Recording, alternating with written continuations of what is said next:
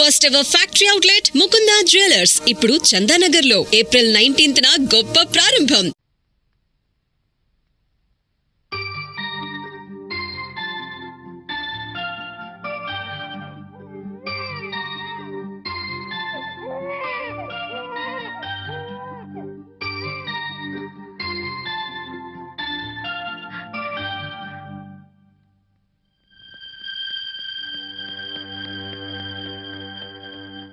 తాతయ్య మీకోసం ఎవరు వచ్చారు?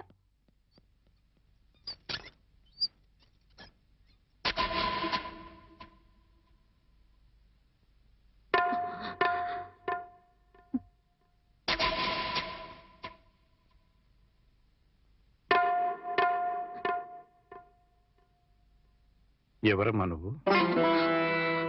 చెప్పమ్మా, ఎవరు నువ్వు? నువ్వెవరో నాకైతే తెలీదు. ఒకవేళ మా ఆవిడికి ఎవరో తెలుసేమో. ఒక్కసారి పిలుస్తానుండమ్మా. పూర్ణ, పూర్ణ.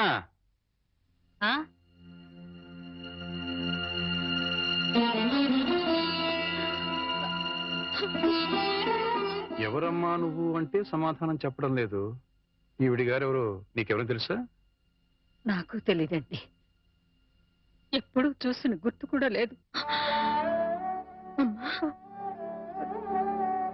నన్నలా పిలవకమ్మా. నన్నలా పిలిచే హక్కు నా కూతురు సీతకొక్కదానికే ఉంది. నీకేం కావాలి? ఏమిటే చూడబోతే ఆవిడ చాలా ధనవంతురాల్లో ఉంది. ఏదో కావాలని నీ పెంకుటింటి ముందు నిలబడి అడగాల్సిన కర్మ ఆవిడకేం పట్టిందే? చూడు, ఆవిడ కట్టుకున్న చీర చూడు. నీ జీవితంలో ఎప్పుడైనా అంత ఖరీదైన చీర కట్టుకున్నావా? ఏదో సంసార పక్షంగా సగటిల్లాలుగా బతికేస్తున్న నీ ఇంటికి అంత గొప్ప ఆవిడ ఎందుకు వస్తుంది? ఎవరిదైనా అడ్రస్ కనుక్కోవడానికి వచ్చి ఉంటుంది. అంతే కదమ్మా? మాట్లాడమ్మా. మాట్లాడితే కదా నువ్వెవరో తెలిసేది. మాట్లాడకుండా ఉంటే ఎలా తెలుస్తుందమ్మా? ఒకవేళ మీ దగ్గర చదువుకున్న అమ్మాయేమో, గుర్తు తెచ్చుకోండి. కాదే, నా దగ్గర చదువుకున్న వాళ్ళకి చదువుతో పాటు సంస్కారం, క్రమశిక్షణ కూడా ఉంటాయి. ఈవిడి గారిని చూస్తుంటే ఆ రెండూ ఉన్నట్టుగా లేవు. అందుకని ఈవిడ నా శిష్యులు కూడా కాదు. చూడమ్మా, మా అమ్మాయి గుడికెళ్ళే టైం అయింది. నిన్ను చూస్తే మా అల్లుడికి నీకు సంబంధం ఉందని అనుమానపడే అవకాశం ఉంది. దయచేసి ఇక్కడి నుంచి తొందరగా వెళ్ళిపోమ్మా.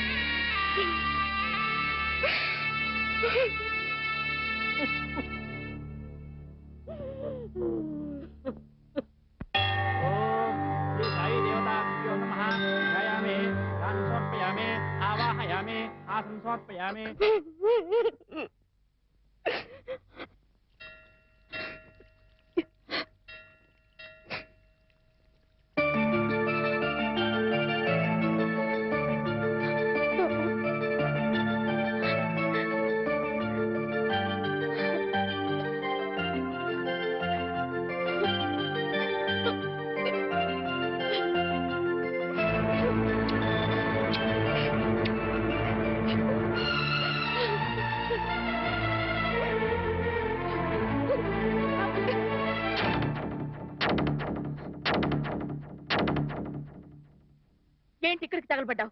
నా బాబుని ఎత్తుకుపోదావనా? మా ఆయన లేపుకుపోదావనా? నా ఇంటికి వచ్చినా మా వారితో మాట్లాడినా నరికి పోగులు పెడతాను. సీతన్న మాట కాస్త వింటావా? ఏంటే నీ మాట వినేది? నీలాంటి బజార్ దాని మాటలు వినాల్సిన అవసరం నాకు లేదు.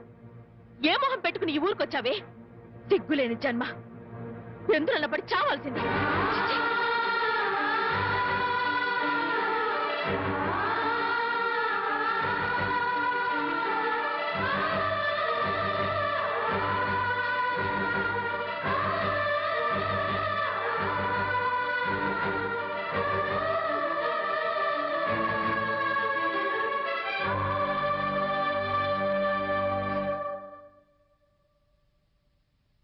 వాణి, వాణి,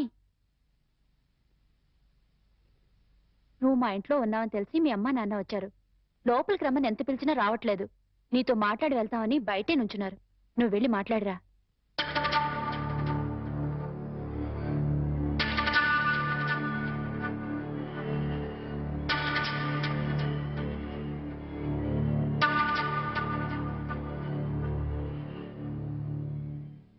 ఇంటి దగ్గర నువ్వెవరో తెలియనట్టు మాట్లాడి ఇక్కడికి ఎందుకు వచ్చారా అని ఆశ్చర్యపోతున్నావమ్మా?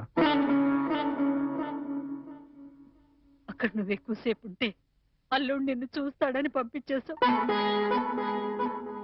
అమ్మా, ఈ ముసలి తల్లిదండ్రుల మీద, భర్త మీద నీ కక్ష తీరలేదా? పరువు, మర్యాద, గౌరవం, మనశ్శాంతి అన్నీ పోగొట్టావు. ఇంకా ఏం పోగొడదామని ఇక్కడికి వచ్చావమ్మా? నువ్వు పోగొట్టాలన్నా మా దగ్గర ఇంకేం లేదు. ఆ నాన్నని వాడు ఒకడున్నాడు, వాడు నీకు జన్మనిచ్చాడు, పెంచి పెద్ద చేశాడు అనే విశ్వాసం నీలో ఏమాత్రం ఉన్నా సాయంకాలానికల్లా ఈ ఊరుదులు పెట్టి వెళ్ళిపో. లేదు నేను వెళ్ళనంటావా? చెప్పు, మేమే ఈ ఊరుదులు పెట్టి వెళ్ళిపోతాం. అమ్మా, నీకు 2 చేతులు ఎత్తి దండం పెడతాను. నా కూతురి జీవితంలో నిప్పులు పోయొద్దు, నా అల్లుడి బ్రతుకు నరకం చేయొద్దు. వెళ్ళిపోమ్మా, ఈ వృద్ధులు పెట్టి వెళ్ళిపోమ్మా. వెళ్ళిపో తల్లి.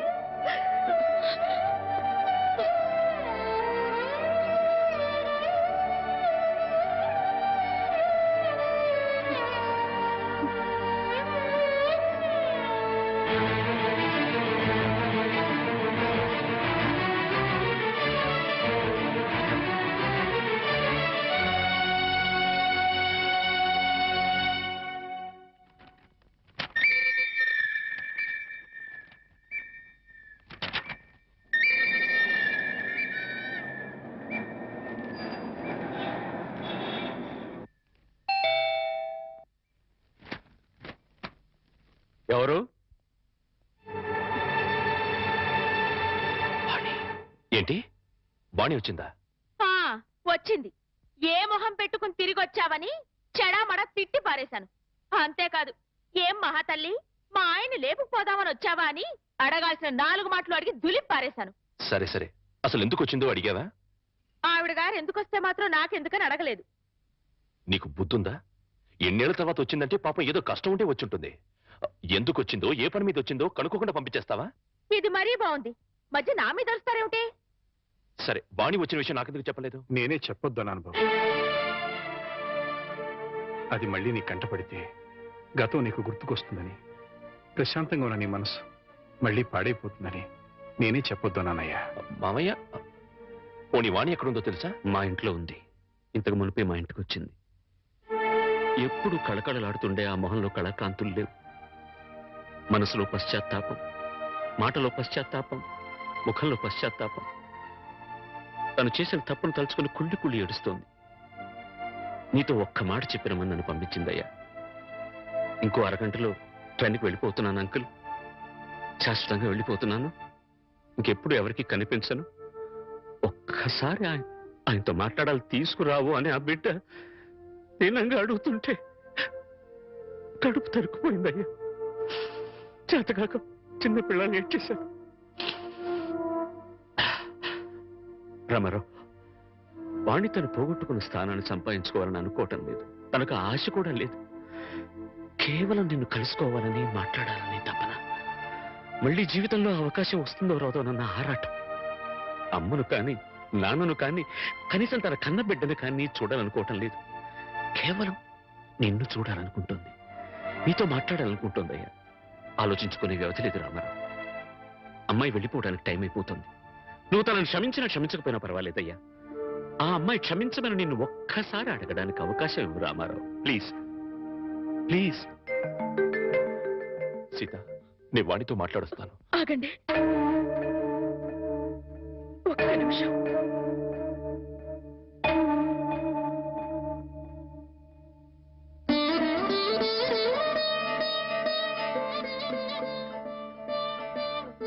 ఆడవాళ్ళు ఎవరొచ్చినా పసుపు కుంకుమ పెట్టి పంపడం ఈ ఇంటి ఆనవాయితీ. ఆవిడ మీకు చేసిన ద్రోహం గుర్తొచ్చి కడుపు మండి తిట్టొచ్చాను. ఈ చీర పెట్టి వీడికి వీడుకోలు చెప్పిరండి.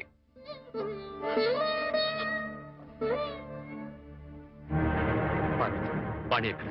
ఆ గదిలో ఉంది. వెళ్ళు.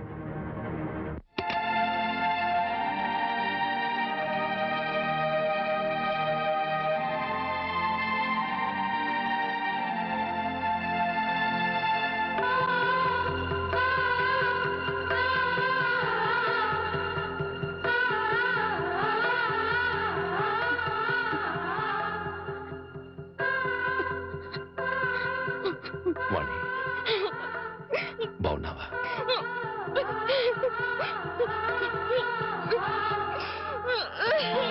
వాణి వాణి ఏమిటిది?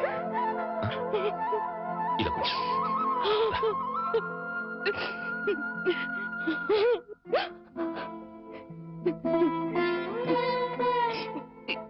ఏమండి, మీతో ఎంతో మాట్లాడాలని ఉందండి, కానీ ఇప్పుడు నాకు టైం లేదు. నేను చెడిపోలేదండి, ఒట్టండి. ఎవరు నమ్మినా నమ్మకపోయినా నాకు అనవసరం. మీరు ఒక్కరు నమ్మితే నాకు అదే చాలండి. నమ్ముతున్నారు కదా? నమ్మకపోతే నిన్ను చూడటానికి వచ్చేవాడినే కాదు. చాలండి, ఇప్పుడు నాకెంతో తృప్తిగా ఉంది. ఏమండి, ఎవరూ లేని ఒంటరి దాన్ని అయిపోయానండి. వెళ్లే ముందు ఒక్కసారి మీ ఒళ్ళో పడుకుని నాకు మీరున్నారనే తృప్తితో వెళ్ళిపోతానండి. ఒప్పుకుంటారు కదా?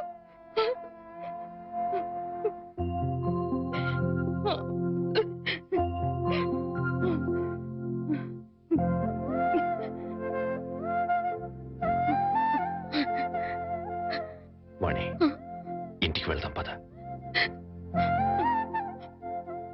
అందరూ లేచిపోయిందని నిందలు వేసిన అవేమీ పట్టించుకోకుండా మళ్ళీ నన్ను మీ జీవితంలోకి ఆహ్వానించే పెద్ద మనసు మీకున్నా వచ్చే అర్హత నాకు లేదండి. కార్లు, బంగ్లాలు, నగలు, కోట్లు కావాలన్న పిచ్చిలో వాటన్నిటినీ మించిన మిమ్మల్ని వదిలి వెళ్ళిపోయానండి.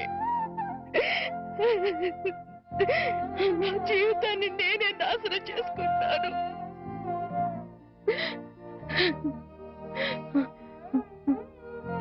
మళ్ళీ ఇంకో జన్మంటూ ఉంటే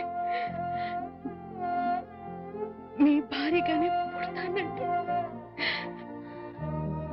ఆ జన్మలోనైనా అందరూ మెచ్చుకునే భార్యగా